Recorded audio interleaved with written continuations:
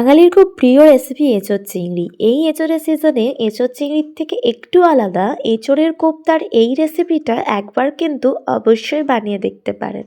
খেতে হয় খুবই সুস্বাদু ও অন্যরকম স্বাদের। জলের মধ্যে নুন, হলুদ, সামান্য তেল দিয়ে এঁচোড়টাকে সিদ্ধ করে নিচ্ছি। 2টো সিটি মেরেছি। সিদ্ধ আলু, আদা বাটা, রসুন বাটা, কাঁচা লঙ্কা কুচানো, হলুদ গুঁড়ো, কাশ্মীরি রেড চিলি গুঁড়ো, ধনে গুঁড়ো, সামান্য লবণ, বেসন দিয়ে ভালো করে চটকে ম্যারিনেট করে নিচ্ছি। চাকা চাকা শেপ দিয়ে সাদা তেলে অল্প আঁচে আস্তে আস্তে ভাজতে হবে যাতে ভিতরটা কাঁচা না থাকে। এবারে তেলের মধ্যে তেজপাতা, গোটা গরম মশলা ফোড়ন দিচ্ছি।